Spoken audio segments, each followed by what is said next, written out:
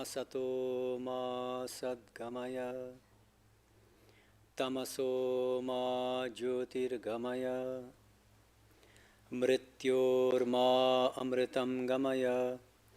Om Shanti Shanti Shanti. Om, lead us from the transient to the eternal. Lead us from darkness to light. Lead us from death to immortality. Om, peace, peace, peace. Good morning, everyone. Nice to see all of you. It's wonderful to be back here in Santa Barbara. I always love coming here. I begin with the story of a pig, a female pig to be exact. This is one of Sri Ramakrishna's stories. The Hindu god Vishnu incarnated himself as a sow in order to kill a particular demon. This is a mythological story in Hinduism. After killing the demon, the sow remained quite happy with her young ones. Forgetting her real nature, she was suckling them very contentedly. The gods in heaven could not persuade Vishnu to relinquish his sow's body and return to the celestial regions.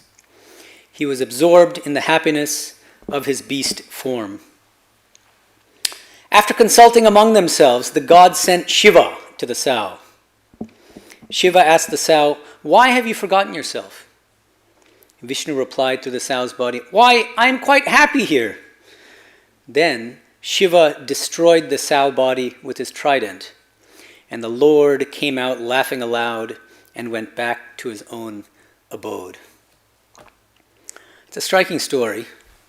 I think the story should make us all feel a little uncomfortable, because we're all those squealing pigs in different forms, frankly. Each one of us. I'm a pig speaking to you. Because we're happy. We're perfectly happy, wallowing in filth. The filth of various worldly identities, various worldly attachments and pleasures, perfectly unaware of our deeper, blissful, divine nature. We think we're fine. And so spiritual life begins with a radical discontentment with what we are. This feeling that, none of this is enough. Sri Aurobindo, in his epic English poem, Savitri, there's a great line that I like quoting. He says, "All is too little that the world can give." So that feeling, all is too little that the world can give. That's where spiritual life begins. And then, of course, the struggle also begins. Because then how do we break our identification with our various worldly identities? That's what I want to explore today. And there are a lot of facets to this question. So one question that comes up is, well, if we're really divine beings, mistakenly thinking that we're these little identities, how did we end up in this predicament in the first place? Somebody asked Sri Ramakrishna this question. He said, "Sir, why are we bound like this? Why don't we see God?" Sri Ramakrishna says in response, "Maya is nothing but the egoism of the jiva." The jiva is the individual soul. "This egoism has covered everything like a veil. All troubles come to an end when the ego dies. The soul in its essence is none other than Sat Chit Ananda, the divine existence, consciousness, bliss. But since Maya or ego has created various upadhis," this is a term that he uses in Sanskrit and Bengali. It's a term that means basically self-imposed limitations. We identify with different kinds of limited forms of I. Okay. So, but since Maya or ego has created various upadhis, these self-imposed limitations, the jiva has forgotten its true spiritual nature as Sat Chit Ananda. And then, so one thing about Sri Ramakrishna is that he was a great psychologist. He was a great observer of human nature. And you'll see this. He says, each upadhi changes a person's nature. If a person wears a fine black bordered cloth, you will at once find him humming Nidhu Babu's love songs. Who is this Nidhu Babu? He was like the Barry Manilow of mid-19th century Bengal. Then Sri Ramakrishna says, then playing cards and a walking stick follow. If even a sickly man puts on high boots, he begins to whistle and climb the stairs like an Englishman, jumping from one step to another. Now here you need to know a little bit of a different historical context. He's speaking in the 1880s. This is British colonial India. And it was prestigious and glamorous to dress like an Englishman. Indians who dress like an Englishman talk like with nice British English. That's a way of kind of showing their status. So that's what he's making fun of. Then he says, if a person but holds a pen in his hand, he scribbles on any paper he can get hold of. Such is the power of the pen. And then he adds, this is very relevant to these days, money is also a great upadhi, a self-imposed limitation. The possession of money makes such a difference. He's no longer the same person. A Brahmin used to frequent the temple garden. Outwardly, he was very modest. One day, I went to Kunnagar with Hriday. That was his nephew. No sooner did we get off the boat than we noticed the Brahmin seated on the bank of the Ganges River. We thought he had been enjoying the fresh air. Looking at us, he said, "Hello there, priest. How do you do?" I marked his tone and said to Hriday, "That person must have got some money. That's why he talks that way." Hriday laughed. So what did he notice? He noticed a subtle change in the tone of voice of this person. And he could tell immediately that this guy got rich. So he's behaving differently, he's speaking differently, he's got a little chip on his shoulder. So I think that what Sri Ramakrishna is suggesting here in this passage and in many other places is a new kind of spiritual practice. It's what I would call the who do we become practice. That's what I want to explain today and why I think it's very practical for all of us. I would characterize it as a kind of Vedantic mindfulness practice. Okay? It's not easy to categorize because I think it combines multiple yogas. It combines Jnana Yoga, the path of knowledge, with Bhakti Yoga, the path of devotion, and Karma Yoga, the path of selfless action. And it's all kind of combined into one practice. So what is this practice? If you just, each of you, ask yourselves, what do I do in the course of the day? From waking up in the morning to going to bed at night. What you'll find is each one of us identifies with different kinds of identities, different self-imposed limitations throughout the day. Right? Whether that's being a mother, a husband, a child, a friend, a lover, an engineer, a doctor, a lawyer, a janitor, a boss, a teacher, a scholar, a spiritual aspirant, a householder, a monk, a rich person, a poor person, an American, an Indian, a French person, Democrat, Republican. These are all different kinds of upadhis. These are all different kinds of identities that we adopt in the course of the day. So now the first step in this who do we become spiritual practice that I think Sri Ramakrishna is suggesting is to ask ourselves, who do I become when I identify as so-and-so? Okay? When I identify with a particular upadhi, who do I become? What kind of person do I become? We're not the same person in the course of the day.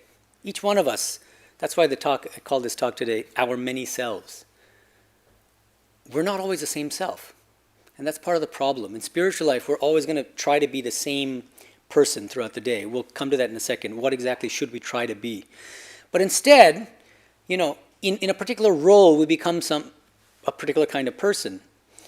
And if we're honest with ourselves, we'll admit that we're not always our best self. We're not always at our best.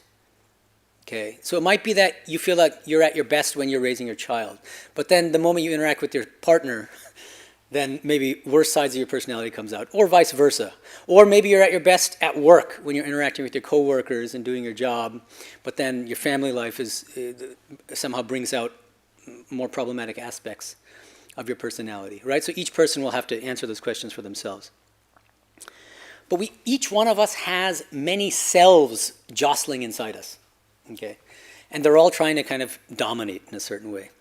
And the ego loves this. The ego feeds on these different upadhis, these different self-imposed limitations.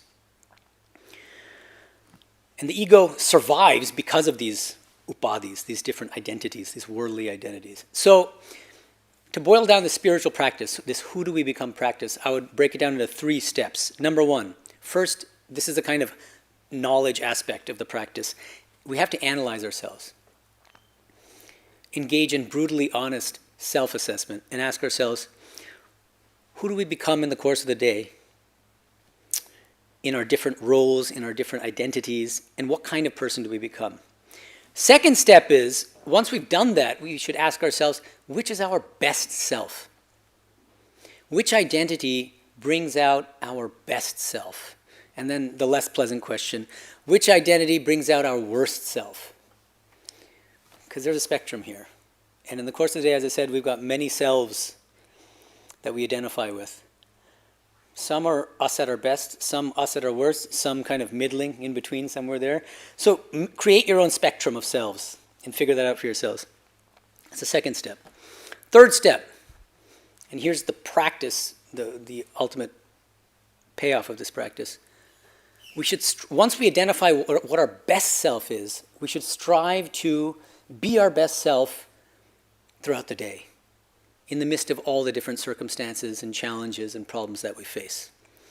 Okay? So who do we become in the course of the day? What's our best self? What's our worst self?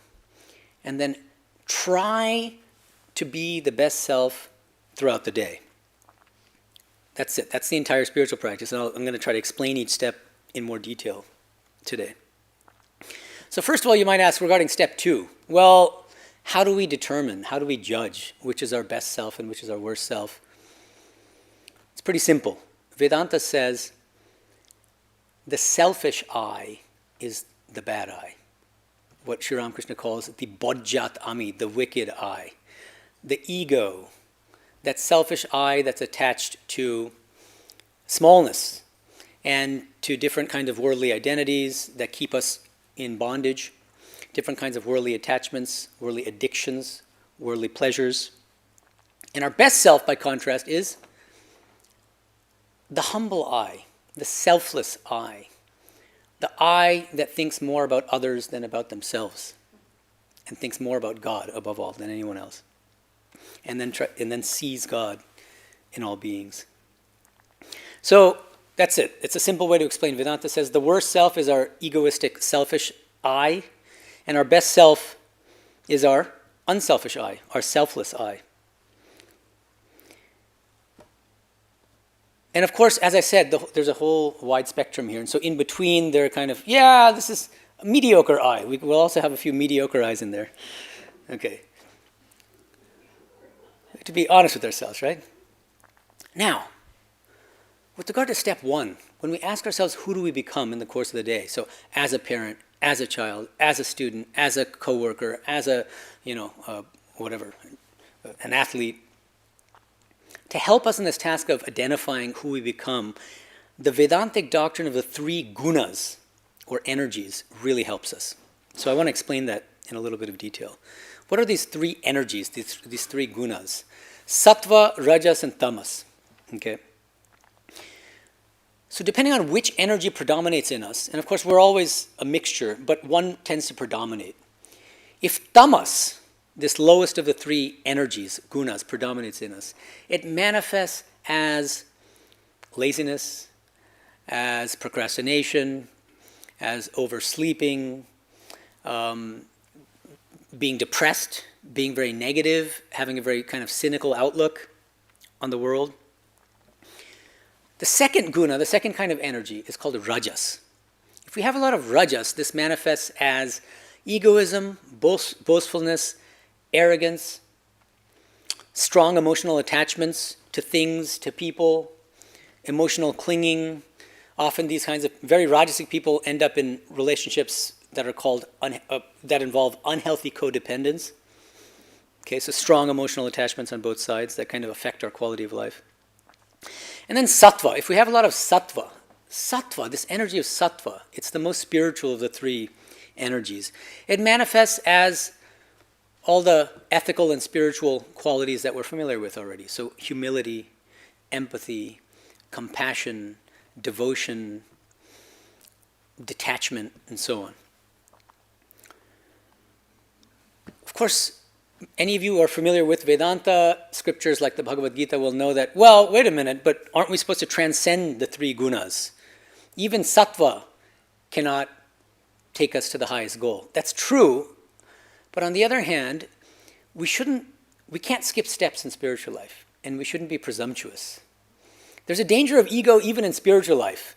And it's very common to think that we're much more spiritually advanced than we actually are. And this is one of the great dangers.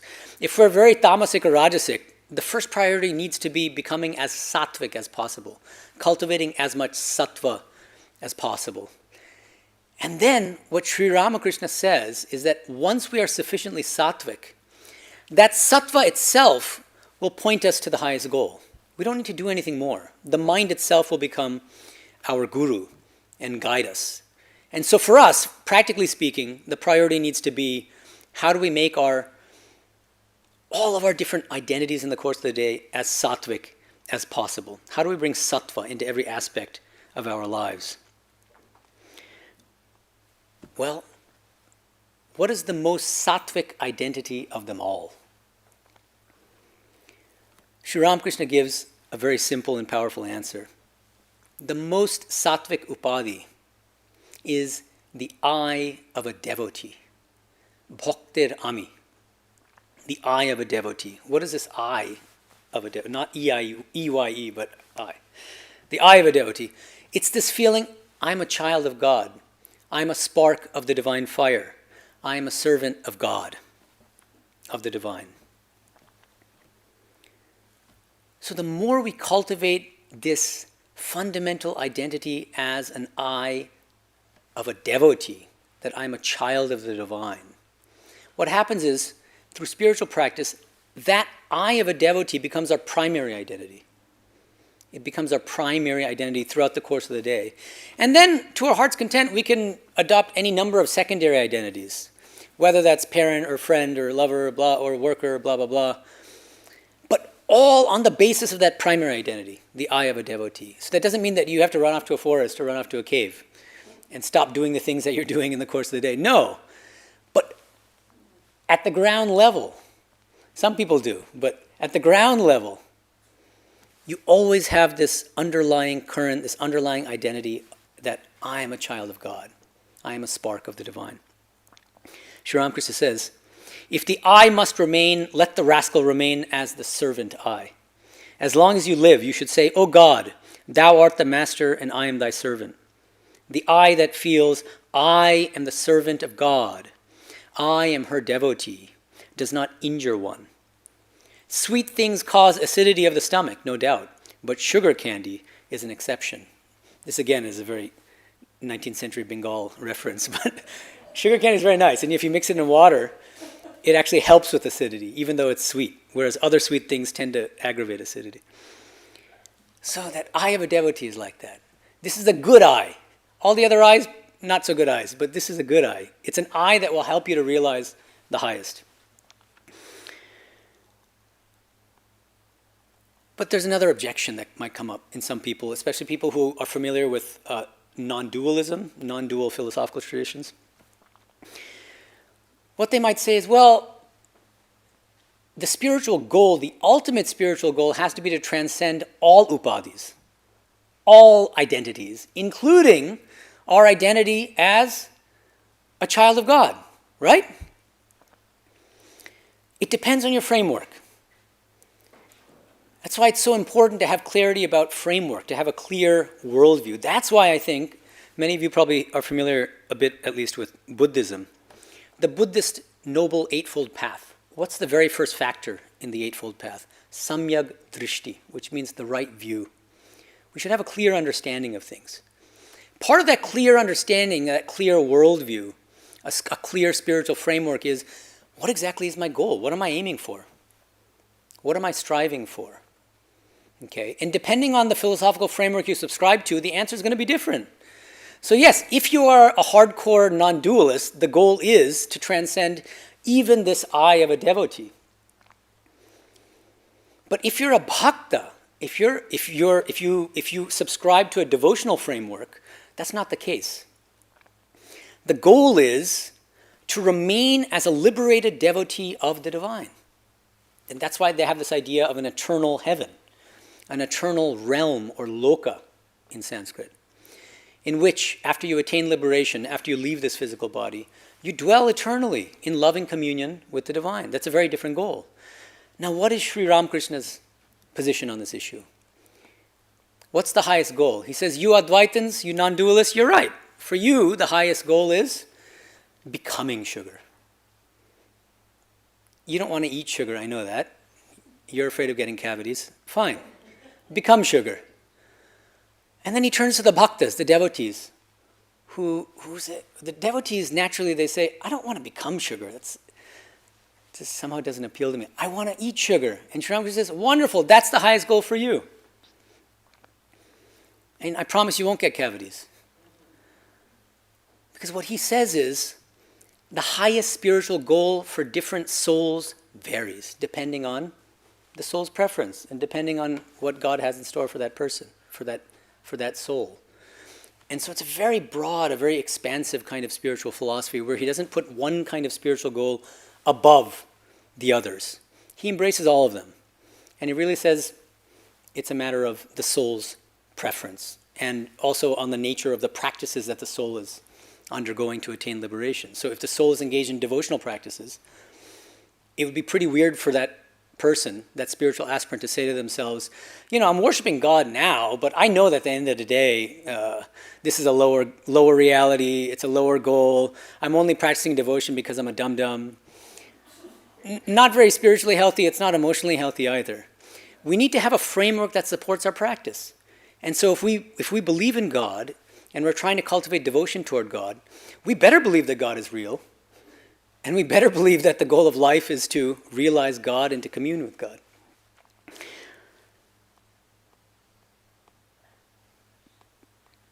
So now, another thing that comes up in contemporary context especially. There are some spiritual practices and spiritual traditions that are very glamorous. What do I mean by glamorous? I mean that they're very superficially appealing for different reasons. And one of the reasons is that I think we're living in an intellectually top-heavy age. Okay, kind of basically post-enlightenment. And it used to be just the West, but now it's, because of globalization, it's the entire world really. We've become intellectually top-heavy. We think with our heads rather than with our hearts. It's good to think with our heads, but we should also honor what William Butler Yeats used to call the foul rag and bone shop of the heart.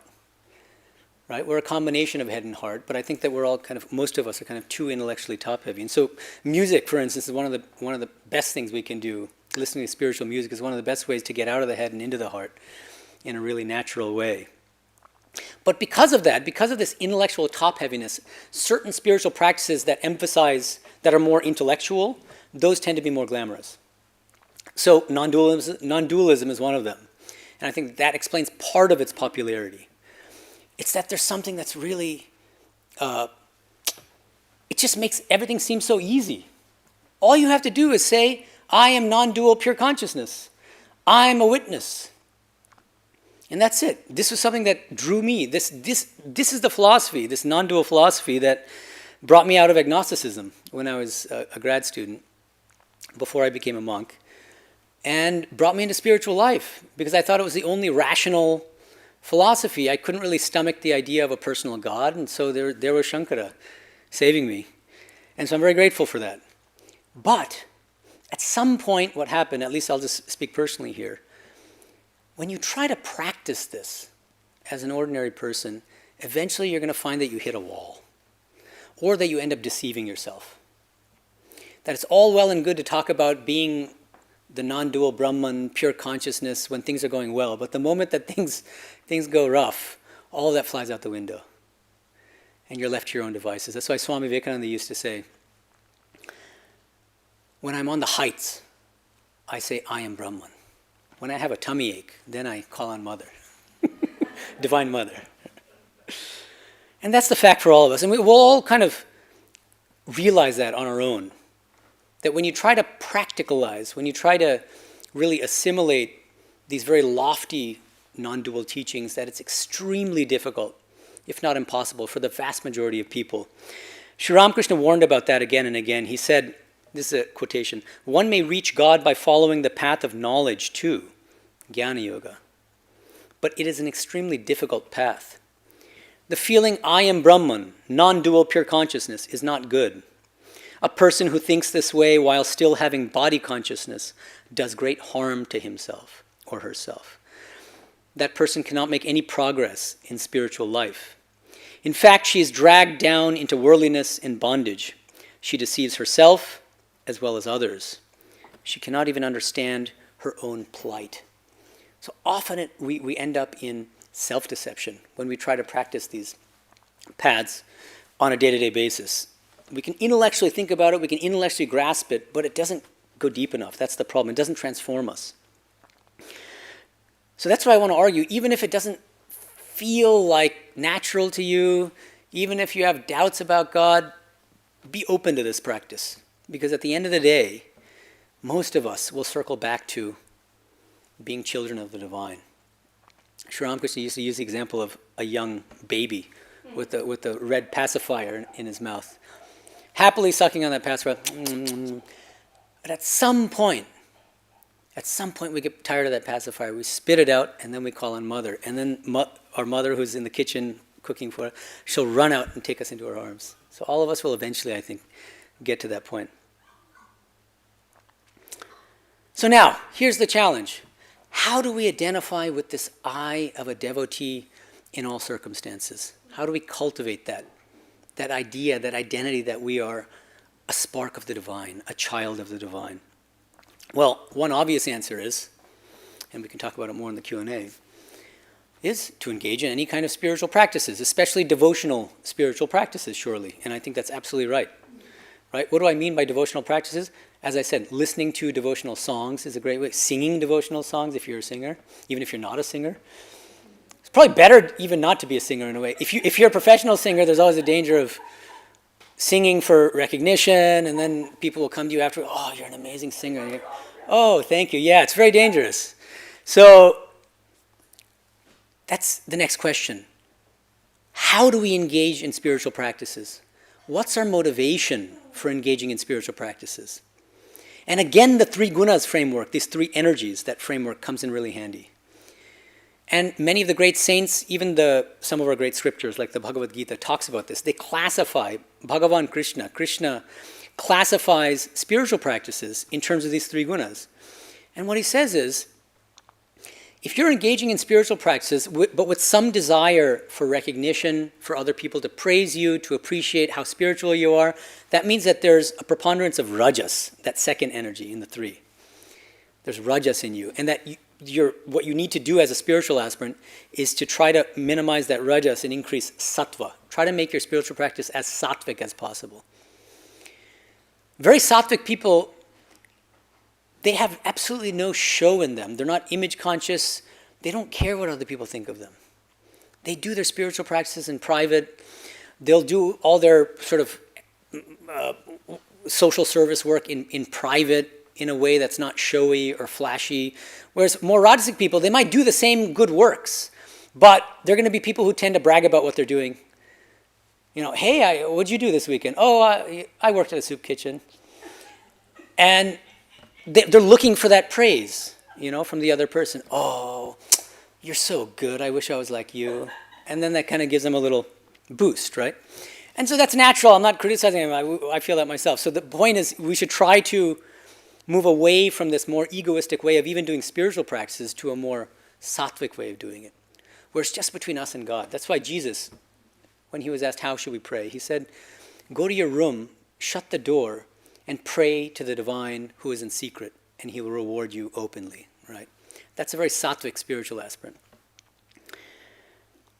There's another thing that this reminds me of in this context of engaging in spiritual practices with ego. As I said, there are some glamorous spiritual frameworks, ideas, philosophies. One of them is spiritual but not religious. And again, I'm not criticizing it. A lot of people are spiritual but not religious. I probably was at one point in my spiritual life. But some people, just like there's some vegans, there's nothing wrong with veganism, but there's some vegans who are insufferable. There are also some SBNR people who are very egoistic about being SBNR, about being a vegan. And so Family Guy has a great little bit about this, so I'll just read it to you. So Peter is sitting in an elevator with who? With God. And Peter, because they're stuck in this elevator, so they have time to talk. So Peter says, he asks God, do atheists go to hell? God, no. Peter, how about people who say they are not religious, but they are spiritual? God, straight to hell, to the boiler room of hell, all the way down. And then God continues, sometimes I pull them out just so they think everything is going to be okay, but then I put them right back in. Peter, good. That makes me happy. Okay, it's a funny bit, right? But the point is, this is a nice way to remind us that even in our spiritual practices, there's always a danger of ego creeping in again. We're not out of the woods just because we're meditating a couple times a day for a few minutes. How are we meditating? What are we thinking about? What's our attitude when we're engaging in these spiritual practices? All that matters, okay? So another example, some of you might be initiated in our tradition. Typically what that means is you're given a mantra, and your guru will tell you to mentally repeat that mantra. That's called the practice of japa. It's a very powerful practice. But there are many different ways of engaging in japa, of doing this mantra japa, this mental repetition of the divine mantra. If you're tamasic, the moment you start doing japa, what happens? You start dozing off, right? If you're very rajasic when you're doing the japa, what happens?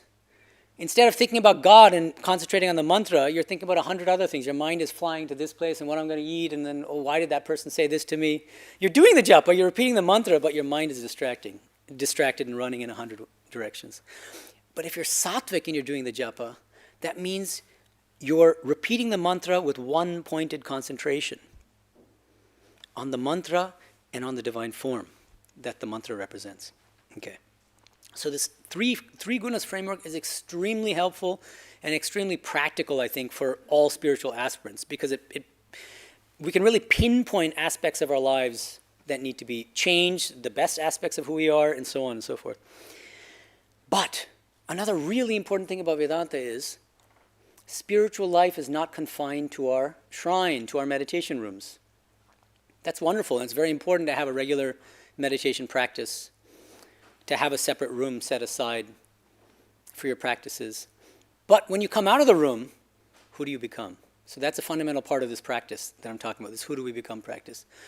Some people are great saints when they're sitting in meditation alone quietly, but the moment they come out, they start arguing with their kids and their parents, and they have a bad temper, they're in a bad mood. And some people, they have such a bad mood and such a negative kind of air that it's kind of infectious and it affects other people. So who do you become outside of the meditation room? Who do you become outside the shrine when you're not directly engaged in, meditation or those kinds of sitting spiritual practices? When you stand up and when you make breakfast and when you interact with other people, who do you become? So there are many examples, and I don't have time to go through all of them, but I'll just give you a couple. Many of you are parents, right? You've got kids. How are you raising your kids? How are you raising your kids? Who do you become as a parent to your children? A really fundamental question. This is a deeply spiritual inquiry, asking this question and getting the answer. The honest answer. The ego always wants to flatter itself. Well, I'm the best possible parent, obviously. And, I have that mug saying #1 dad. But no, who are you really? And so it might help to ask your kid that. And ask your partner that. And ask your best friend that, somebody who knows you really well, because they might be able to give you an honest answer, a more honest answer than you might be able to give yourself, right? But ask yourself that. These are difficult questions. So what does it look like to be a tamasic parent? So when that lowest of the three energies dominates. A tamasic parent is one who neglects their kids. They'll say they're the cool parents who let their kids do whatever they want. That's what makes them cool. But in the end, the kids will suffer and the parents will end up having regrets. Right? So that's called tamasic parenting, negligent parenting. Do whatever you want. Rajasic parenting is helicopter parenting. You hover over your kid, you micromanage them, you're obsessed with them, your whole reason for living is in that kid, and the kid feels that massive pressure on their head. Also not a good way to raise your kid. Right? And trying to mold your kid in your own image. Very rajasic. It comes from a form of kind of parental egoism, in a certain sense. And sattvic parenting, that's what we need to aim for as parents. A sattvika parent is somebody who recognizes that their kid's soul is on their own spiritual journey. And that at an even deeper level, that soul has chosen us, the parents. The kid's soul has chosen the parents for this for this phase in their spiritual journey. And so we should try to facilitate that journey to help that kid's soul develop and grow and progress to the best of his or her ability, right? So it requires a kind of transformation of outlook, I would say. So what's the best way to do this? Remember, again, cultivating the I of a devotee. Try to keep that as our primary identity. We should try to always think of ourselves as children of God, sparks of the divine fire. And then when we're a parent, that'll percolate and manifest in our parenting style. That I of a devotee will manifest when we interact with our partners, when we interact with our friends, when we interact with our coworkers, in all different walks of our life. So the most important thing to do is to cultivate this I of a devotee throughout the course of the day. Another example, our relationship with our nuclear family, apart from parenting, but more generally. There's an American spiritual teacher named Ram Dass. Some of you might be familiar with him. He made a very insightful comment about family. He said, if you think you are enlightened, go spend a week with your family. It's very profound. If you think you are enlightened, go spend a week with your family. We all love our family. But often, and we might think, yeah, everything's going great. The moment you go for Thanksgiving back to your parents' place and you meet your extended family, then everything just seems to go haywire. And it just brings out the worst in you. And your parents put you in the room you grew up in. And there's an energy even to the room. And it starts triggering what Eckhart Tolle calls the pain body in each of us. That pain body that developed when we were kids, that immediately gets triggered. Literally when you set foot into your parents' house, that pain body gets triggered. And we become the worst possible version of ourselves. So we should be mindful of this. Who do we become when we go to our family for Thanksgiving, for Christmas, and so on? And why do we become that way? So just this mindfulness aspect is really, really important in this practice, this who do we become practice. And with our partners, another example. So I've covered parenting, family, but now our partners, our loved ones, our spouses, if we're married. Who do we become in our relationship with our romantic partner, for instance? Again, this 3 gunas framework comes in very handy. If we're tamasic, we just neglect each other. Do whatever you want. I'll do it, also, not ideal. Okay. Often what happens is people will mistake tamas for sattva. The worst and the best energies, tamas and sattva, often superficially resemble each other. And so neglecting each other might seem like it's a very lofty spiritual detachment or something, and we're spiritual partners and this and that. But you have to be very careful about not deceiving yourselves. So what's the difference? So I just explained tamasic, a kind of tamasic relationship with your spouse. Just you neglect each other, you don't even really respect each other. A rajasic relationship with your partner is what I've already mentioned, which is an unhealthy codependence at its extreme, where you're completely dependent for your well-being and happiness on that other person. So that if anything goes wrong, God forbid a divorce, separation, even just turmoil in the relationship, what happens? Your whole life just goes berserk, right? And what if they have to go for a work trip for 3 days and you're very dependent on that person and you're very rajasic? What happens? You start freaking out. You have to call them every 5 minutes or text them, right? Also not ideal.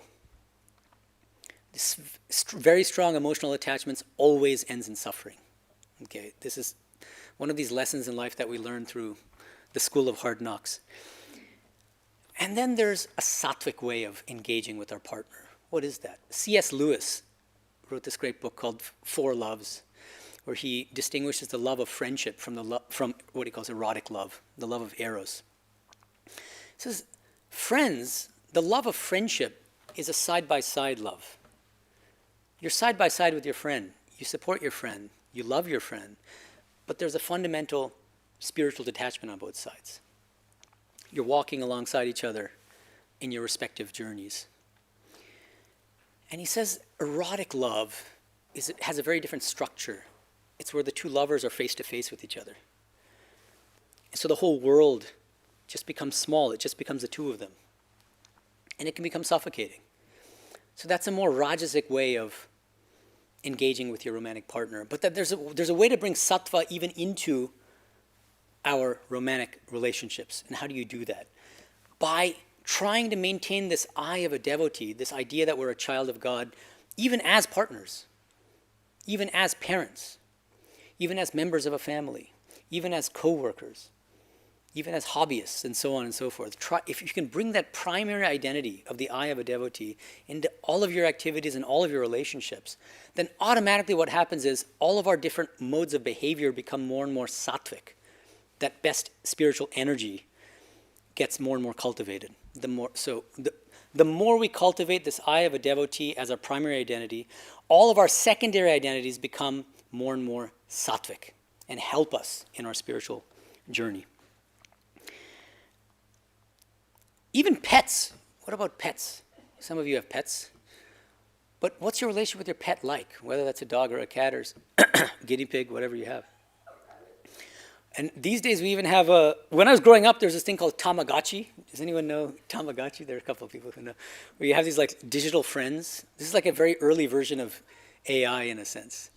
And you have to like feed it at fixed times, otherwise it'll die. And then these kids had to face, these like 5-year-old kids had to face the trauma of a dead Tamagotchi. But there's a modern version of that with AI, because people are actually falling in love with AI chatbots. And it's causing serious problems. It's disrupting marriages. It's sometimes leading to divorce. Sometimes it's leading to, there's a whole phenomenon that psychiatrists are now calling ChatGPT-induced psychosis. And if you look at the literature on this, and there are some nuances here. There's a psychiatrist at UCSF who distinguishes two different kinds of AI-related psychosis. One is AI-induced psychosis. What this means is the person didn't really have underlying mental health issues before, but it's through this excessive and problematic use, unmindful use of AI, that they become psychotic. But then there's also AI-exacerbated psychosis. AI-exacerbated psychosis is where you already have some kind of underlying mental health issue, but through this unmindful use of AI and excessive use of AI, it aggravates those mental health issues. And so we have to keep in mind both those kinds of things. So nowadays we have to ask ourselves, who do we become when we relate to our pets? When we are raising our pets, when we're feeding our pets, when we're engaging with them? Are we tamasic? Do we neglect our pets? Are we rajasic? Are we too attached to our pets? That's another issue. Or are we very sattvic in dealing with our pets, which means that we love them, but on a spiritual basis. By trying to see the divine even in that pet. There's an incident in the life of the wife of Sri Ramakrishna, Sharada Devi, Holy Mother Sharada Devi, when a monk was being very unkind to a cat. And even because a cat was kind of eating their food, he beat the cat once. And Holy Mother couldn't stand for it. And she says, never do that again, never touch the cat, because I am in that cat, she said. The divine is even in our pets. It's in all beings. The divine is in all beings, so we should remember that. And now at work, what about our relationship with our coworkers? If we're a boss, if we're a manager, if we're a CEO, again, the 3 gunas comes in very handy. A tamasic leader is somebody who leads by neglect, somebody who never takes responsibility for things. When things are going well, they'll be the first to say, it's because of me that so-and-so positive thing happened. The moment something bad happens, the first thing they'll do, they'll scapegoat. It's because of X, Y, or Z. It can never be my fault. That's very tamasic, not taking responsibility for your company, for your team. A good leader, no matter whose fault it is, the point is ultimately you're responsible because you're leading everybody, right? So a rajasic leader is somebody who is very egoistic and domineering, bossy, will kind of bark at the people working under them, micromanage, And then sattvic leader. What's a sattvic leader like? This is what in MBA speak is called the servant leader. Somebody who leads by serving, who has this attitude of service. What's the best way to cultivate this attitude of a servant leader if you're the leader in some position? By cultivating the eye of a devotee. If you always have this primary identity of the eye of a devotee, then even that team you're serving become different manifestations of the divine. That's what Sri Ramakrishna would call Shiva Gyane Jiva Seva, which means serve others in a spirit of worship by trying to see the same divine in all beings. Whether that's your cat, or your dog, or your kid, or your coworkers, or your spouse, or your family. Right? It could be anyone. And then again, we can ask ourselves, apart from relationships, what about our hobbies? What do we do in our pastime? Each one of us will have different hobbies. Some of us like to jog. Who do we become when we jog? One of the things that psychiatrists are finding, there are actually recent studies on this, what they're finding is that for mild to moderate cases of depression and anxiety, often regular physical exercise is more effective in treating these mental health issues than prescription medicines. And that doesn't mean that some people shouldn't take medicines, but one of the first line go-to treatments for psychiatrists now is, do you exercise? And then often the answer is no. And they'll say, you need to do daily physical exercise. Because it's transformative. I do it myself and I see the difference. I went to South Africa in August for 2 weeks. It was a wonderful time. I had a wonderful time. But for various reasons, because the schedule was so hectic and for other reasons, I didn't have any time to exercise. Whereas here I've got an LA Fitness membership and I'm jogging in the Hollywood Hills. And I just felt that difference. It just took such a toll physically, mentally, emotionally. So it really makes a world of difference. But again, you can ask yourself, we should all ask ourselves, when I engage in exercise, whatever that form of physical fitness is, let's think about yoga. I mean physical yoga, like the postural yoga. One way of doing it is wear the sexiest kind of clothes possible and do the yoga to attract attention from the other people in the room. That's one way of doing it. Right? I'm not judging, but I'm just saying for yourself, you should ask yourself, what are my motivations? And then another way to do it is, for instance, doing it as a spiritual practice. You can repeat the mantra as you're doing the exercise. And there are some exercises that kind of lend themselves better to this practice than others. But for instance, swimming, this is another one of my favorite exercises. You're underwater the whole time. So it's almost like a kind of makeshift sensory deprivation chamber. And you can be repeating the mantra the entire time and synchronizing it with the stroke, with the breath. And so that exercise itself becomes a spiritual practice. That's a more sattvic way of doing it. So you can even do exercise, you can engage in your hobbies in a sattvic way, in a rajasic way, and in a tamasic way. Alfred North Whitehead, who was a famous American, a Western philosopher, he made this great statement. He said, religion is what the individual does with his own solitariness. Religion is what the individual does with his own solitariness. What do you do in your free time? This is a very interesting question, actually. That'll give a better indication of what that person's spiritual life is like than what they do in the shrine officially when they're being spiritual. What are they doing in their unofficial moments when their guard is down? It's a very interesting question. So again, one of the things that a lot of people do is listen to music. What kind of music do we listen to? Very important question in this who do we become practice. Do we listen to a lot of rajasic music? What's rajasic music? Music with worldly themes, music that's composed in a kind of worldly way. What do I mean by that? It means any kind of music that reinforces our worldly identities. And to give you just one example, let's compare briefly 2 songs of intense longing. One of them is a pop song, one that most of you probably have heard, Olivia Rodrigo's Driver's License. It's a catchy song. And I'll just give you a taste of her lyrics. And you're probably with that blonde girl who always made me doubt. She's so much older than me. She's everything I'm insecure about.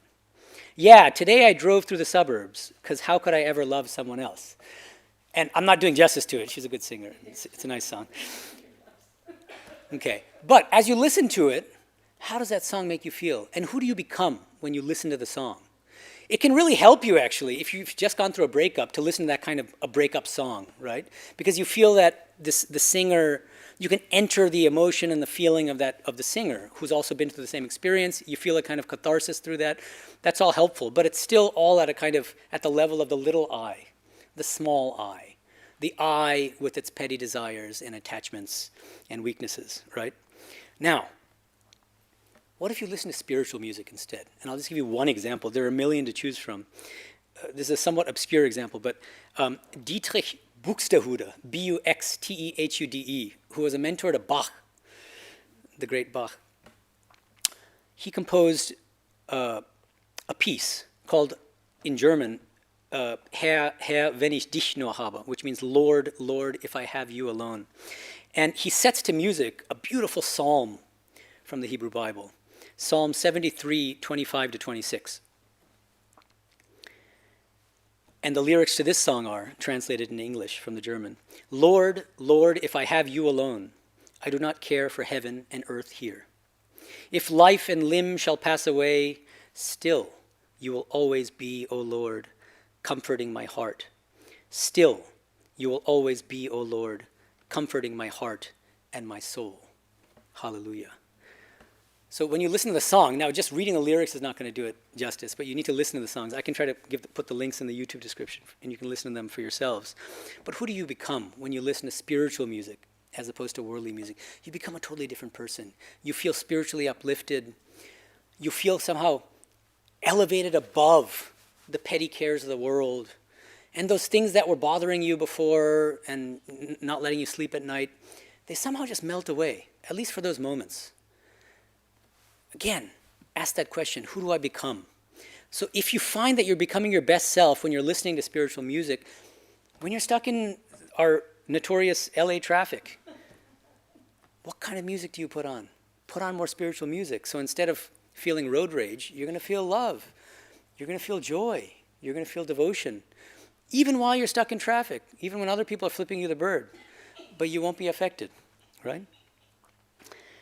So I can go on, but just to sum up again, what are the takeaways? There's so many different spiritual practices encouraged by different spiritual teachers in different traditions, in different religions, and you should pick the one or the set of practices that best suits you. But as I've studied the teachings of Sri Ramakrishna, what I've found is that he's among many of the standard practices like prayer and worship and vichara, which means reasoning between what's permanent and what's impermanent, and so on and so forth, selfless service. There's a unique practice that he often teaches, which I would call a who do we become practice. And just to reiterate the three steps in that practice. Number one, analyze. We need to analyze ourselves in the course of the day and ask ourselves, who do we become? When we're parenting, when we're working out, when we're raising our children, when we're doing X, Y, or Z, when we're listening to music, when we're watching movies. And then the step two is, when are we the best version of ourselves?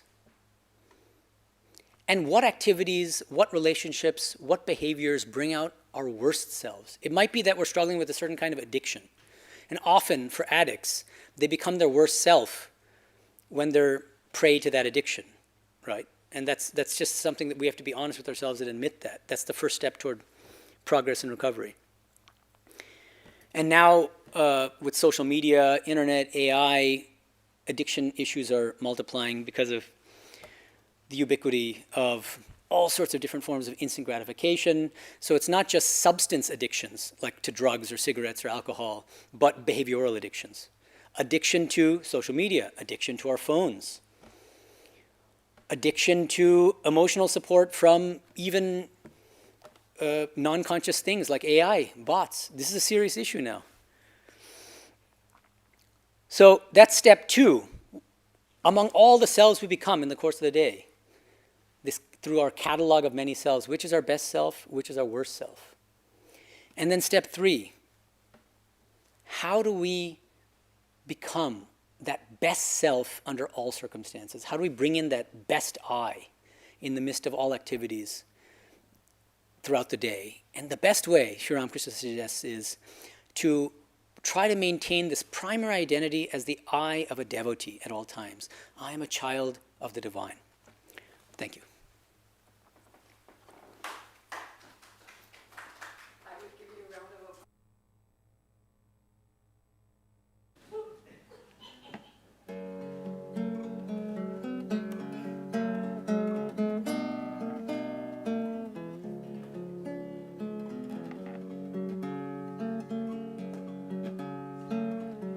Lead us from illusion to truth and wisdom's sight.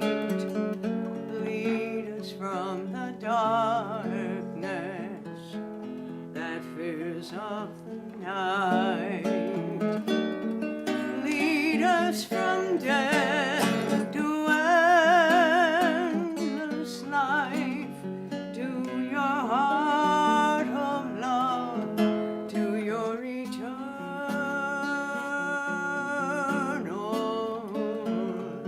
light.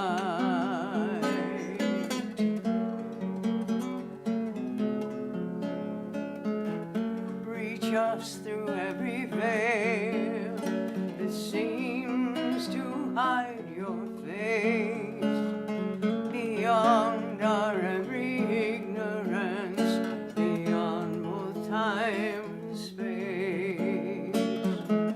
Give us strength and courage through thy blessed grace, and fill our hearts with your love by your sweet, compassionate grace.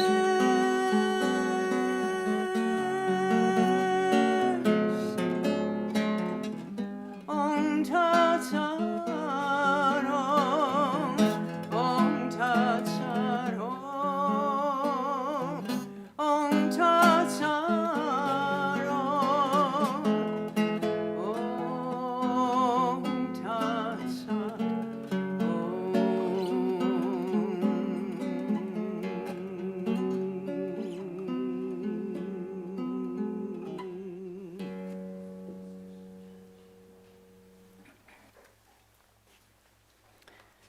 Some announcements.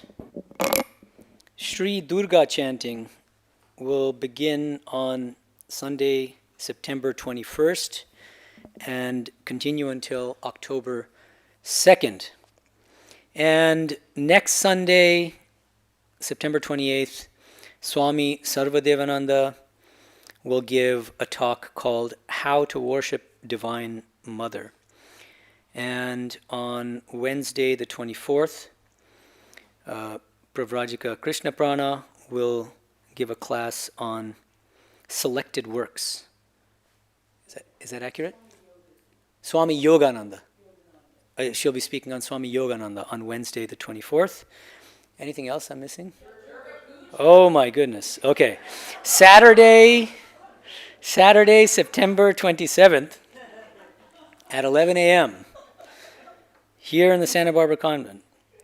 We've got Durga Puja, followed by flower offering and prasad lunch. And on the 30th, September 30th, Tuesday from 5:42 p.m. to 6:30 p.m., 5:42 to 6:30 p.m. is what's called Sandhi Puja, which is considered to be the most auspicious part of the entire worship. There's going to be group chanting of Jai Shri Durga in the temple during that about 45-minute period on Tuesday the 30th from 5:42 p.m. to 6:30 p.m. Anything else? We're good. All right. Great. Thank you so much, everyone. And I'll be greeting you outside, and then we'll have a little Q&A here. So hope to see you there.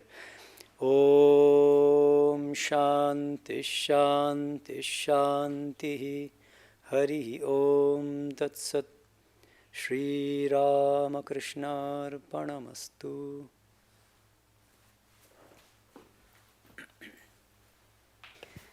Hello, everyone.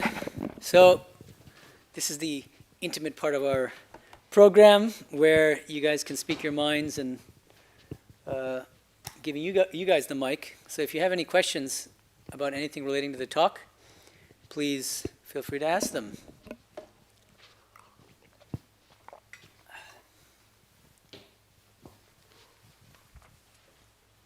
Yeah, I think she's got a. Somebody mind giving her the mic? At the bottom over there.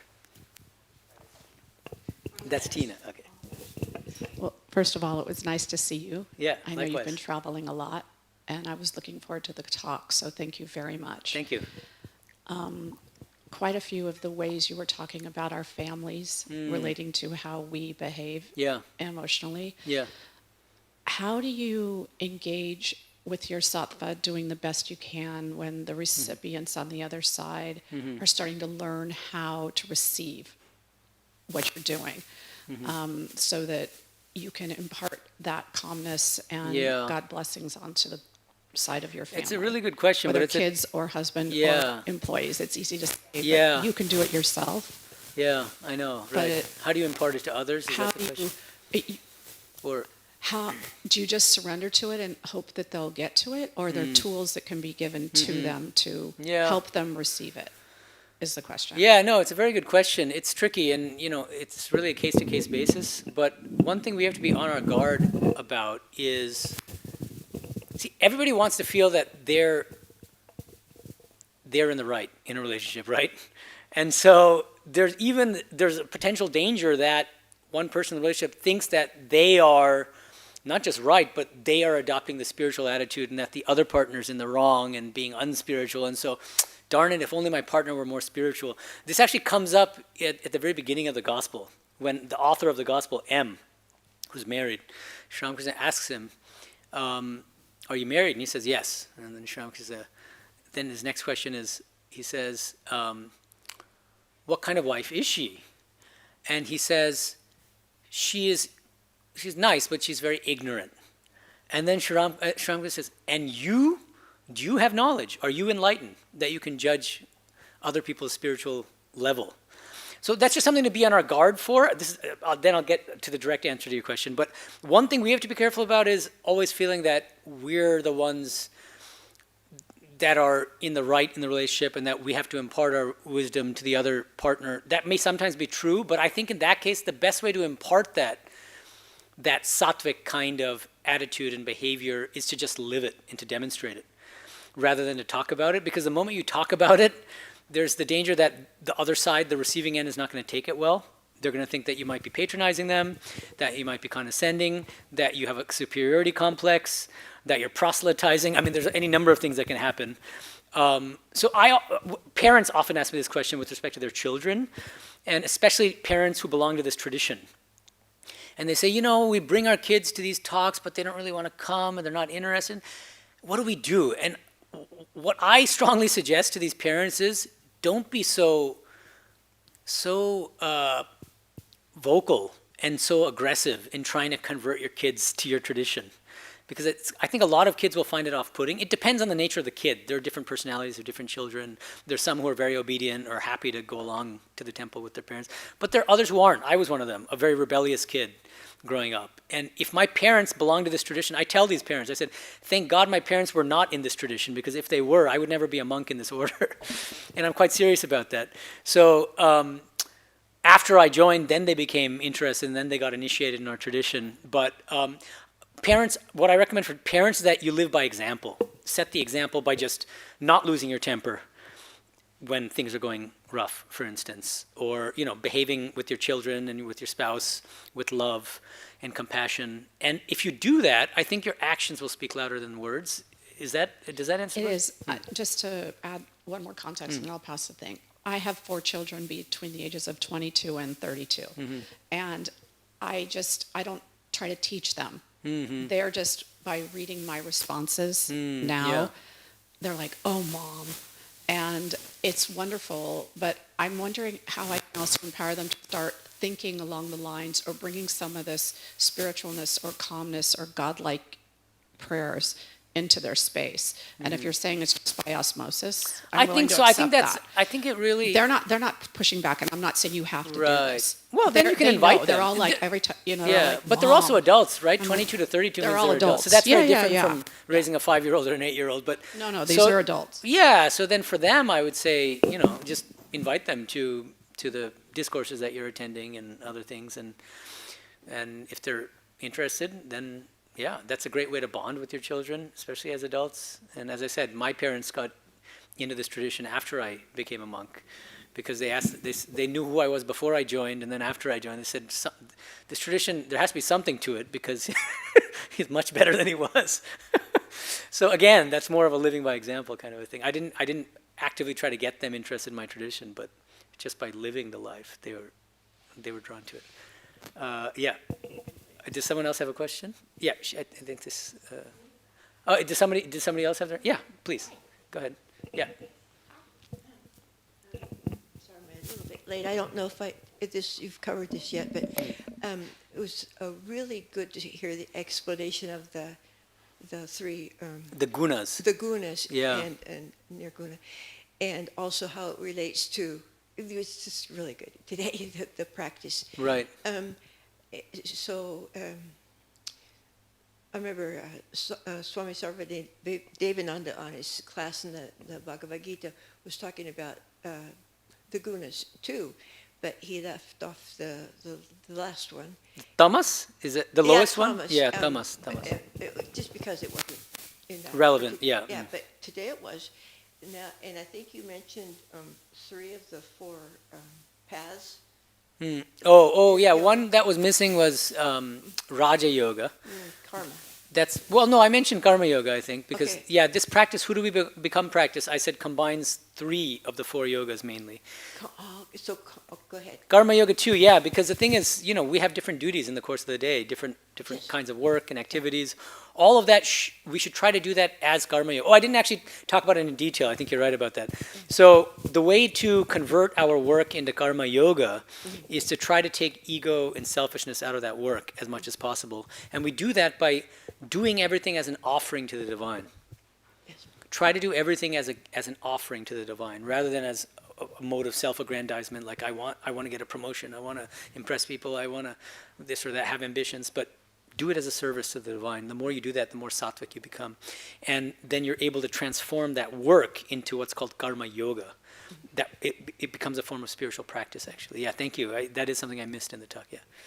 So, is there different? How do you? So that's the path that seems like is more comfortable for me. Yeah. And I like bhakti yoga too. But, all paths lead to God. But Yeah. And the way I recommend it is you keep your main practice as the nucleus, if we use particle physics as the analogy here. And then the other yogas can kind of hover around that central practice as electrons and protons. And so if you feel most drawn toward karma yoga, keep that as the nucleus, the center of your spiritual life, your spiritual practice. But then try to also incorporate the other practices in a subsidiary way, revolving around that karma yoga.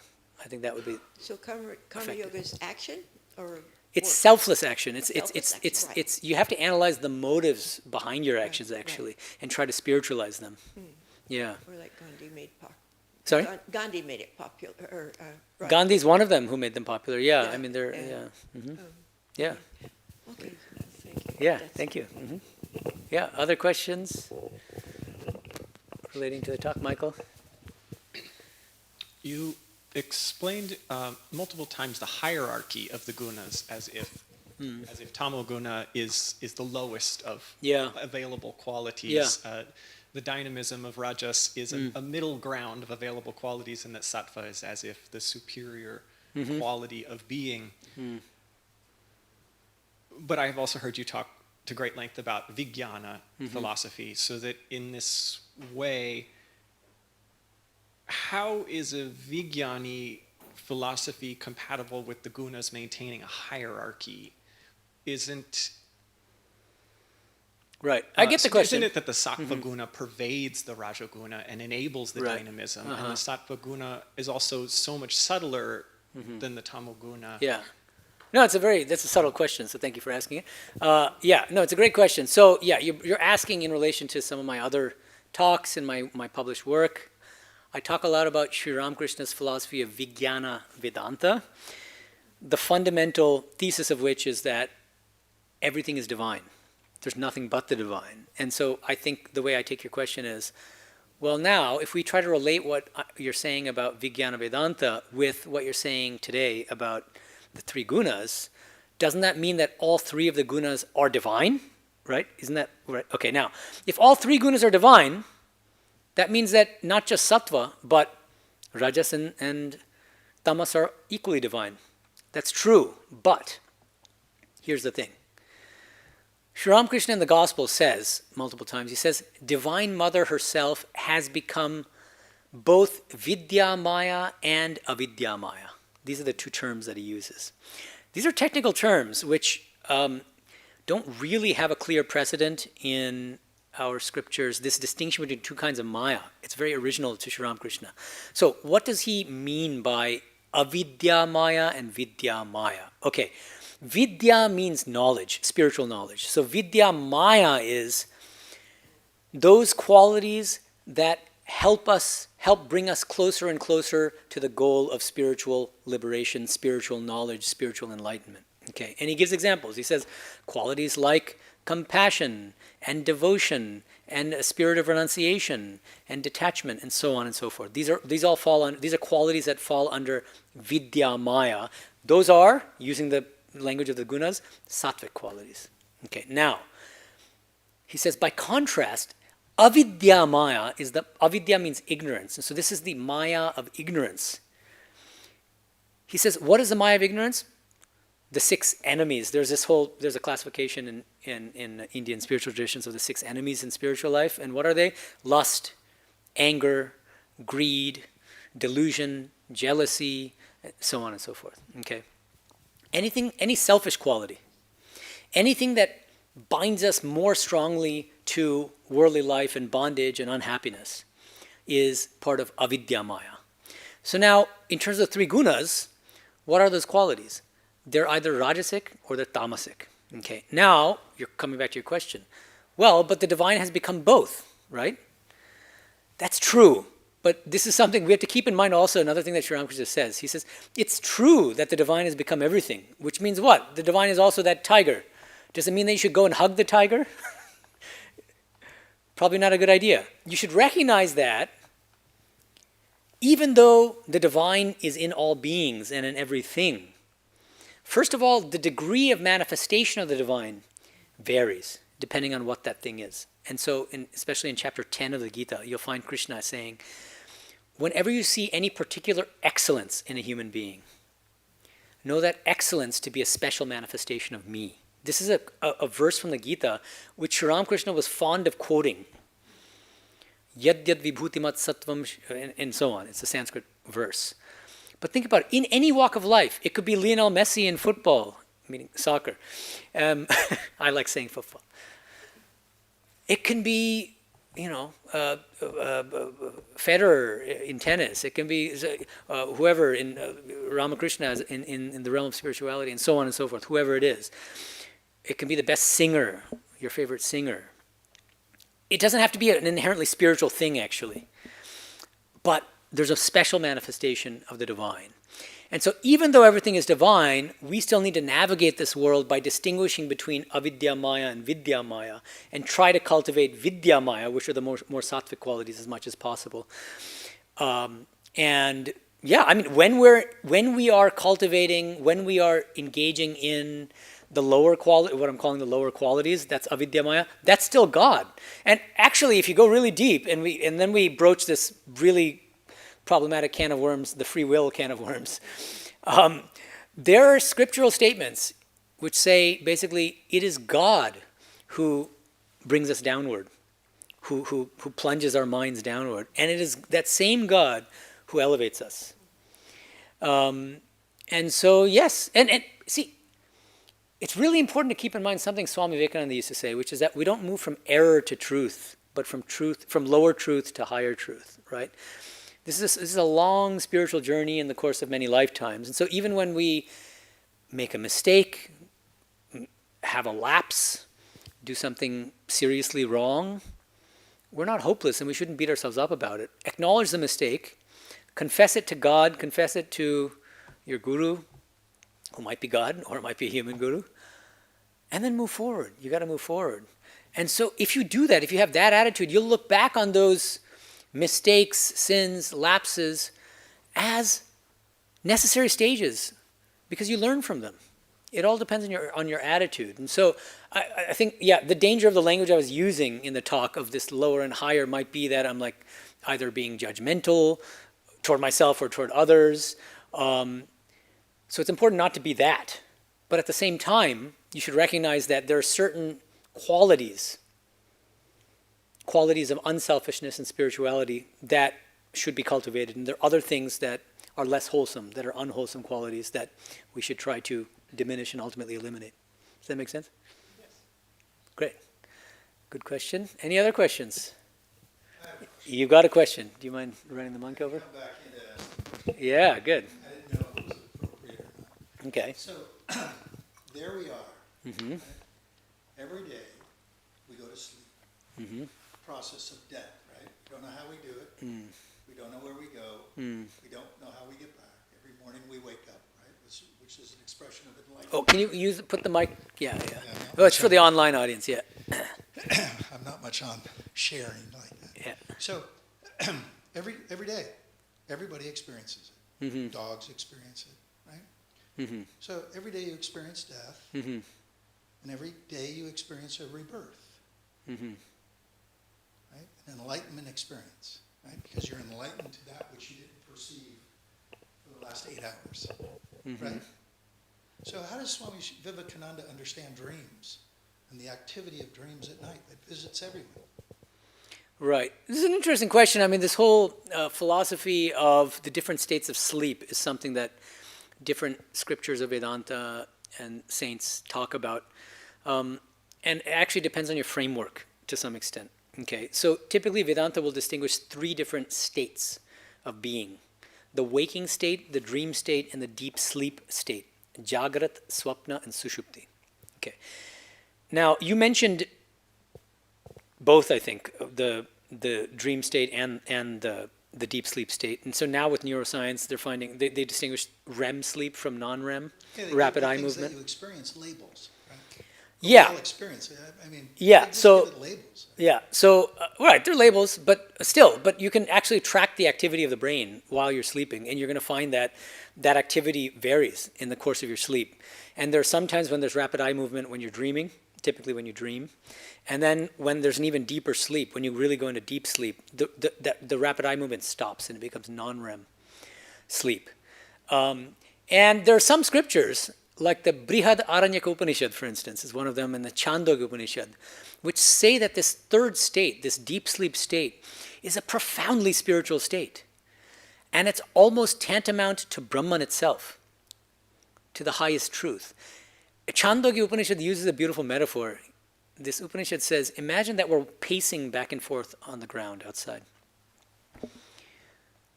Little do we know that there's a priceless treasure buried just 5 feet underground. We don't know. We're walking over it. We don't know it. And then this Upanishad says, that state of deep sleep that we enter into every night is like that priceless treasure. We don't know its value. So I think this is kind of resonates with what you're saying. The idea is that every time we enter deep sleep, we automatically and naturally divest ourselves of all of our bondages, all our worldly limitations, our petty likes and dislikes, and this me. We're free.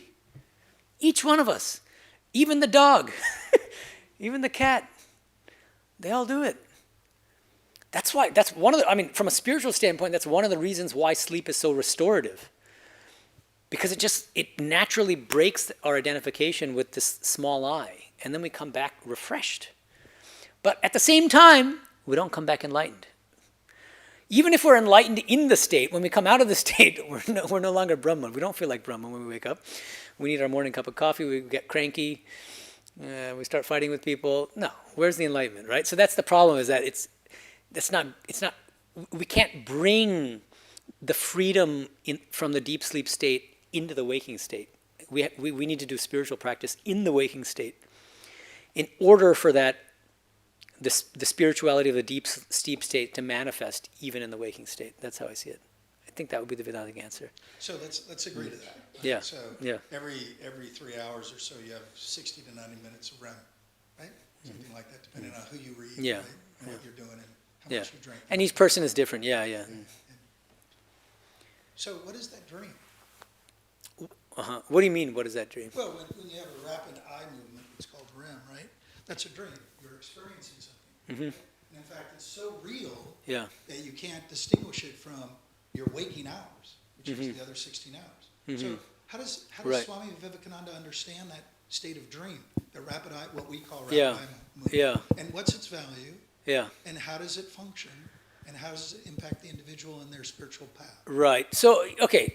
So what I is the didn't mean rule? to put you on the spot. Oh, no, it's fine. Yeah, I mean, it's not directly related, but in a way, it's related because, or I can force a connection with the talk by saying this: we can apply this "who do we become" practice to the dream and the deep sleep states as well, and say, who do we become when we're dreaming? That's precisely why I brought it up. Yeah, right? that's good. Your Who do we three become Buddhas. in sleep? Who do we become in deep sleep when we're dreaming? Right.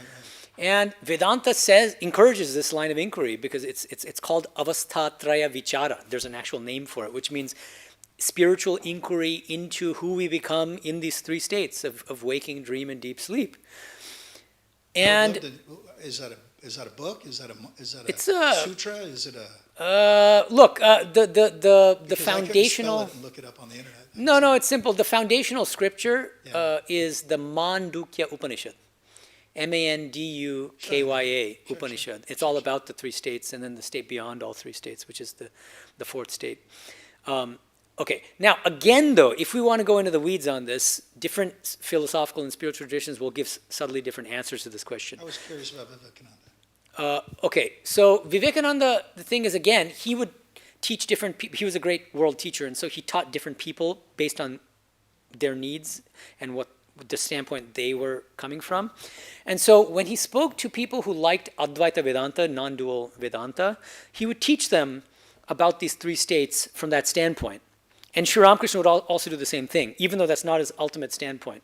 But Sri Ramakrishna would say, for instance, he would say, hey, let me tell you a story along the lines of what you like. He would tell this non-dualist, Mohima Chakraborty. He was a householder, a devotee. And he said, there was once a farmer whose son died.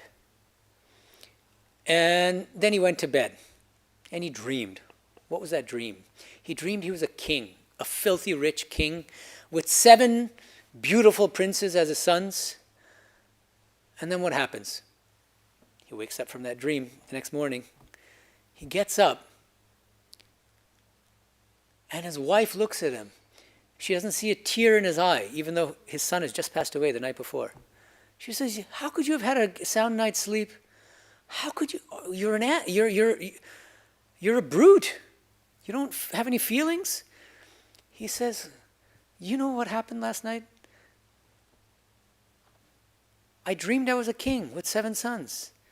And then I woke up, which means I lost those 7 sons. Should I be mourning for the 1 son I lost in the waking state or the 7 sons I lost in the dream state? Now, That's a question as to what is reality. I know, but It's a fundamental issue. it's a fundamental issue, but as I said, so now it depends on your framework. That's the answer. And so if you subscribe to Shankara's non-dual school of Vedanta, the answer is this waking state is no more real than the dream state. Now, so what's the reality? It's non-dual pure consciousness, which is beyond all 3 states. That's the classical Advaitic non-dual answer. Okay.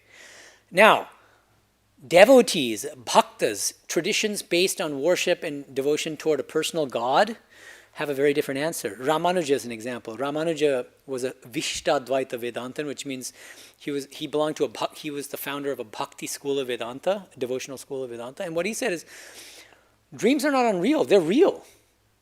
Dreams also are manifestations of the divine. Please have a seat. Dreams also are real. And then another kind of way to answer your question is, Sri Ramakrishna often talk about, sometimes some devotees would tell him about their spiritual dreams, that they dreamed about him, they dreamed about certain spiritual figures, about different kind of spiritual things, and he would always encourage them and say, that's a good sign. So it's a good sign if you dream about spiritual things. Don't run around telling everybody about them. That's not a very good practice. Then there's every danger of becoming rajasic in sharing your dreams and this and that. So, keep your spiritual experiences and your spiritual dreams close to your chest. It's between you and God and you and your guru. But other than that, keep them private. Don't throw pearls before swine. That's another piece of advice to keep in mind. Yeah. So thank you.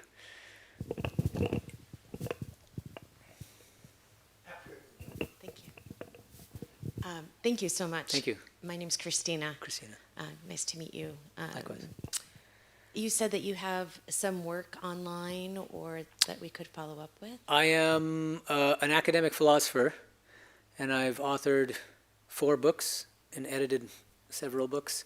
So it depends on what you're looking for. So I published 2 books with Oxford University. These are all academic books, and so just keep that in mind. It's an acquired taste. And so one book is called Infinite Paths to Infinite Reality, Sri Ramakrishna and Cross-Cultural Philosophy of Religion. That was published by Oxford in 2018. And it's a philosophical study of Ramakrishna's teachings, basically. And so if you're interested in going more deeply into Ramakrishna's teachings, I would recommend that book, Infinite Paths to Infinite Reality. If you're interested in going more deeply into Vivekananda's teachings, as this gentleman is interested in, there's the book I wrote after that, which was published a couple of years ago, also by Oxford University Press. It's called Swami Vivekananda's Vedantic Cosmopolitanism. And a book that just came out, I'm happy that this is a good excuse to plug my new book. It's called Karma and Rebirth in Hinduism. Okay, and this is actually meant to be, I wrote it to be a more accessible book, less technical for the most part, because of the nature of the project, which was different. Yeah, this is published by Cambridge University Press, and it's one of these little introductory kind of overviews of key topics. So the topics that I focus on are karma and rebirth, these really important doctrines in Hinduism, but they gave me a maximum word limit. They said 30,000 words, no more. And I couldn't even go 5 words over the 30,000 word limit. And so it's a little book. And it's open access, which means pretty soon it'll be available for free as a soft copy. You can just download the PDF for free. It's through some special funding that I got through the Templeton Foundation.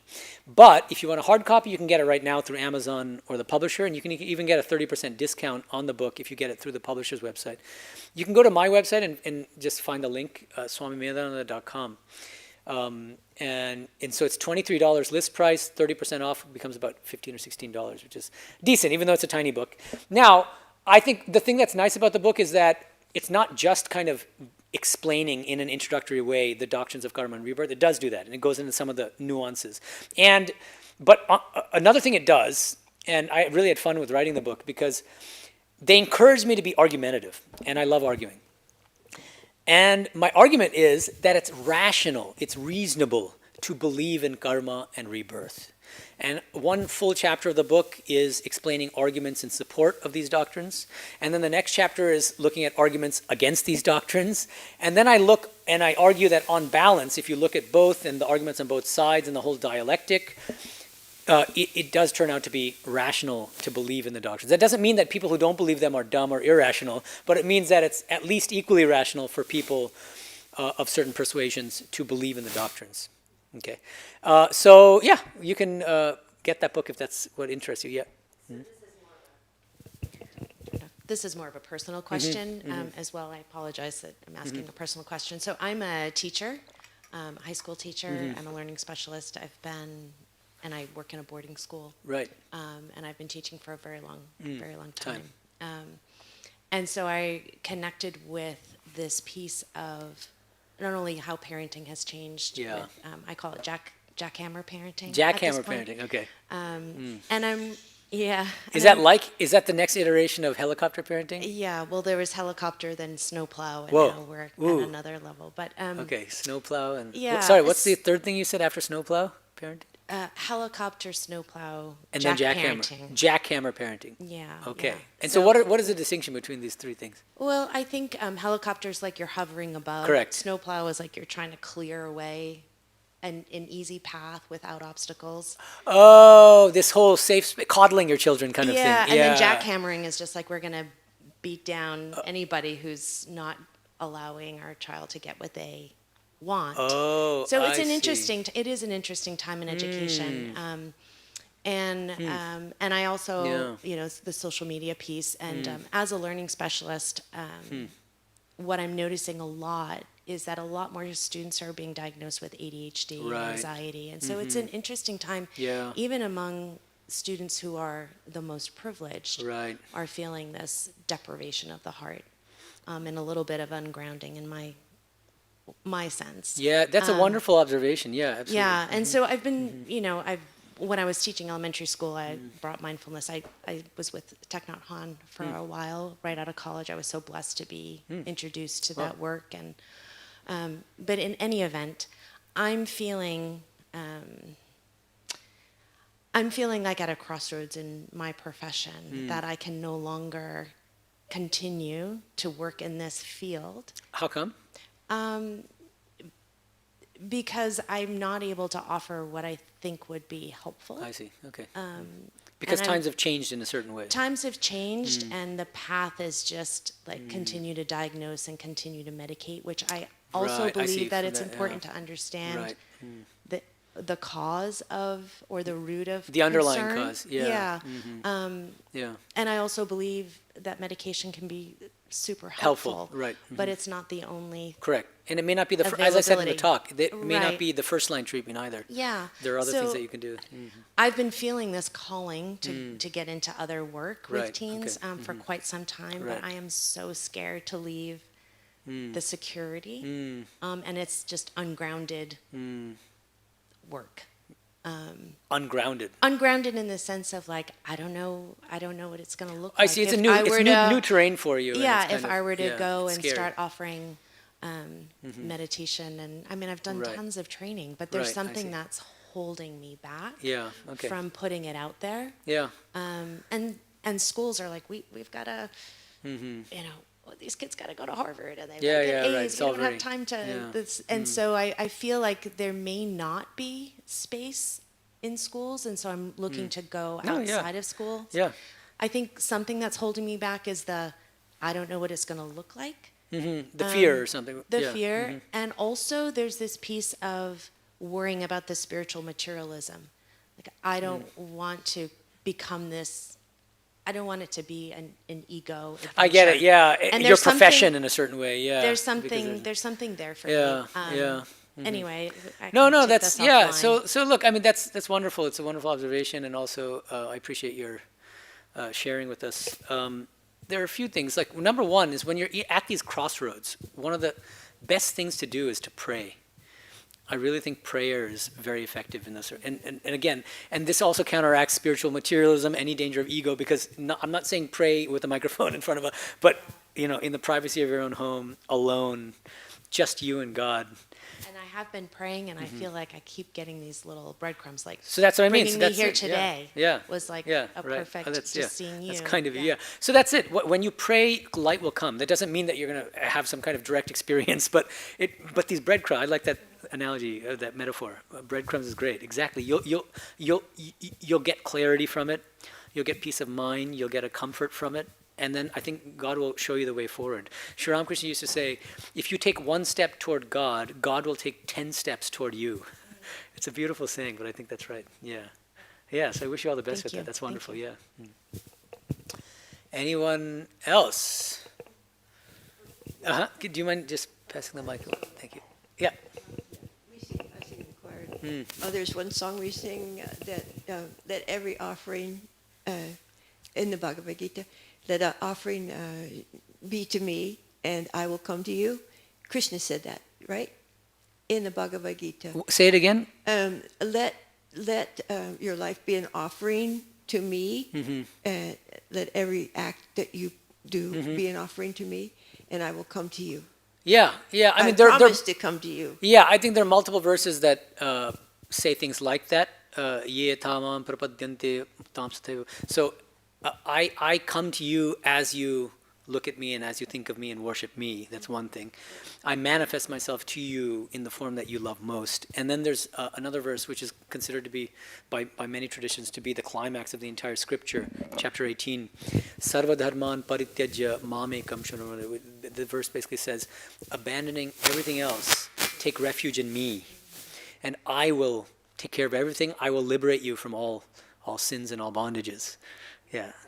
So these are very reassuring words. And boy, this mic has some problems, I think. Noticed. Yeah.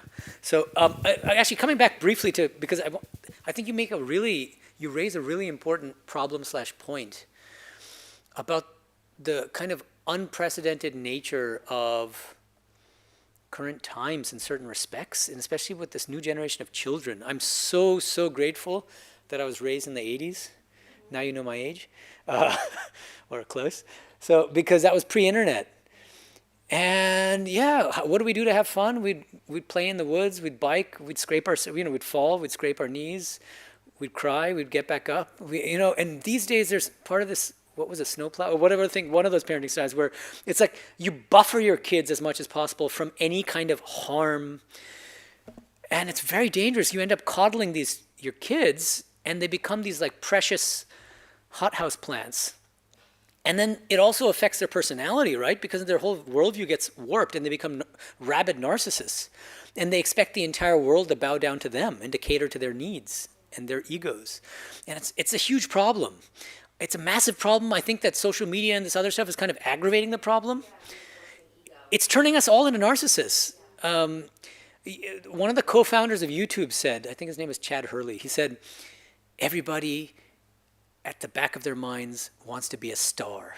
It's a very dark statement because this is a guy who's like the father of one of the most ubiquitous technologies that's used by almost everybody in the world. And he recognized that impulse and he caters to the impulse and indulges the impulse. Because people want to go viral. Everybody wants to go viral, no matter what they have to do or say or be in order to go viral. So they'll be engaging in risky behaviors, provocative, just to get their 15 minutes of fame or their 5 seconds of fame. And it's also making us all very, very narcissistic and self-centered, right? The world becomes about how many likes I'm getting, how many retweets, how many people are watching my Instagram videos and posts and blah, blah, blah. It can be crazy. It's for monks too, it's dangerous because now monks are also on YouTube and so that their talks are, and then a monk can get caught up with like looking at how many views they're getting and how many likes they're getting, and it's crazy. So it's not a monk versus non-monk. These are unprecedented times we're living in, and it's hard to blame the kids because they're born into this. They're born into the age of smartphones and internet and social media and AI.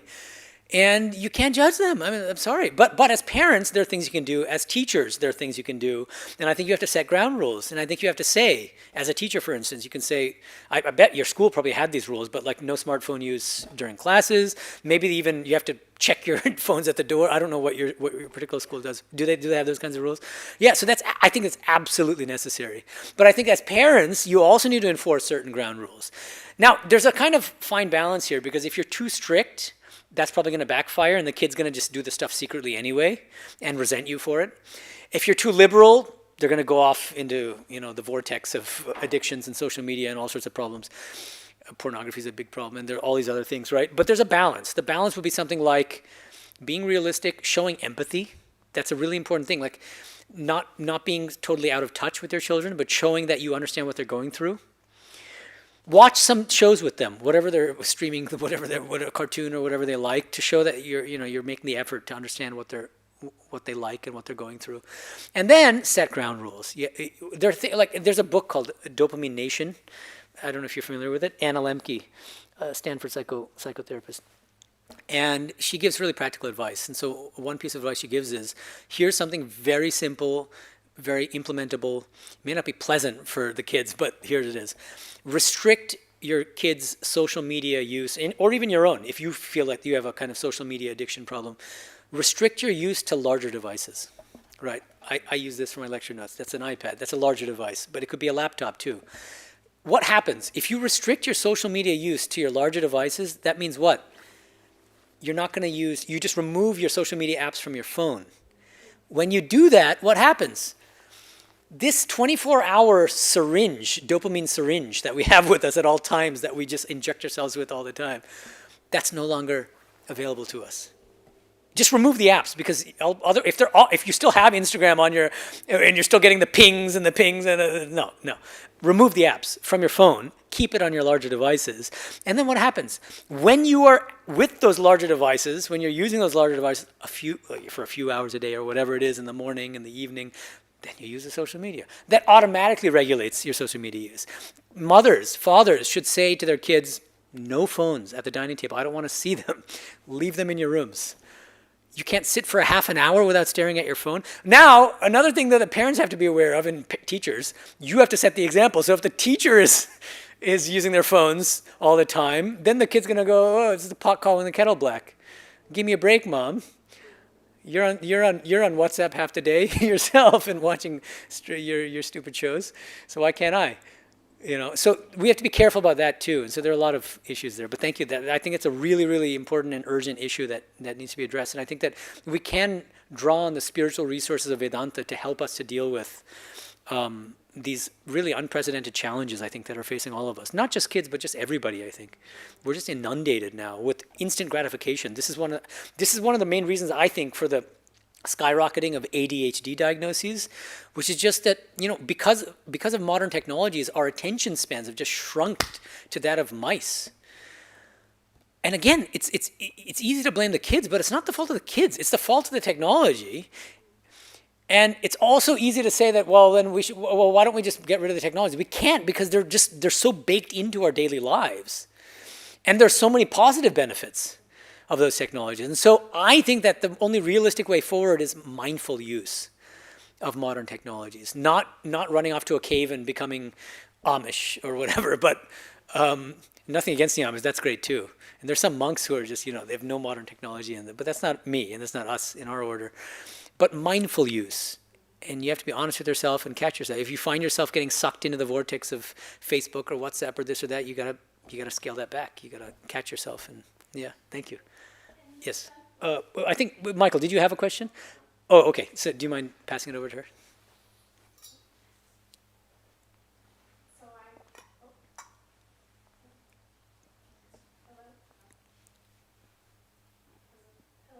Yeah, I think, don't worry about it. I'll just repeat your question once you tell me. Mm-hmm. So I just retired from teaching after 41 years. Oh, congratulations. But I'm on a different, I got training, a master's in education, media, design, and technology. So I'm a teacher who believes that it's our duty and responsibility to learn how to mindfully use the tools within the classroom. One of the most beautiful experiences I ever had was with a student who was in a wheelchair, allowing him to use his phone to take a picture of Selves. Right. Because he couldn't actually stand up to the...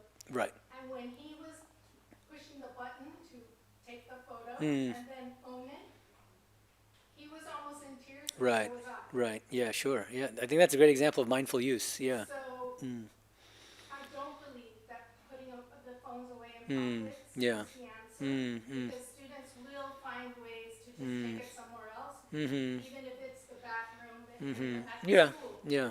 But I think it's an amazing opportunity to learn to use technology as a tool for social good. Benefit. Yeah. Absolutely. I think positive mindful use, but I do think that there's a place for abstinence. Certain times a day, I think another big problem that people are facing is they're having trouble sleeping because they're glued to their phones, and that light that's emitting from the phone, and that also messes with their circadian rhythms, the hormone levels and stuff. The what do you call it? The thing that is supposed to come naturally when you're kind of moving towards sleep? Melatonin.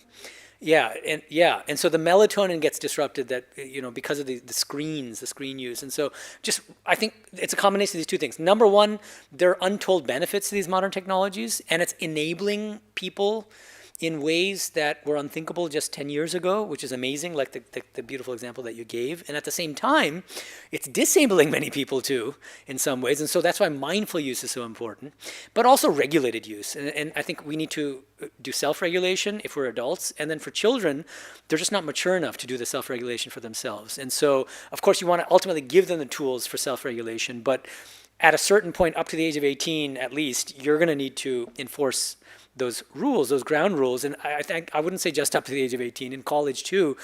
I'm very pro professors saying no phones in lecture halls. You can, look, if they're special needs, absolutely. You'll make special arrangements for them. But as a general rule, I don't think that they should be used. Now, for taking notes and stuff, yeah, then it does get complicated actually, because then if you allow them to take notes on devices, then they can be doing all sorts of other stuff with the same devices during the lecture. And so, like, how do you deal with that? It gets a little tricky, I think. I do think, though, that there's a real opportunity to allow students to take what they've been learning in lecture and create something to demonstrate that they've actually learned it and can apply it to something else. Right. The students are waiting for application. Yeah, no, I think that we need to, Khan Academy, the guy, the founder, Salman Khan or something, he's big on, he really feels that we can harness the power and the positive potential of AI for good. And so I think we need more of that. And at the same time, I think parents, teachers should also be cautious about kind of letting kids go off the deep end with just 24-hour a day use of, so there's a kind of balance. And I've got to wrap this up because so thank you so much. This is a wonderful conversation. Om Shanti Shanti Shanti Hari Om Tat Sat Shri Rama Krishna Arpanamastu.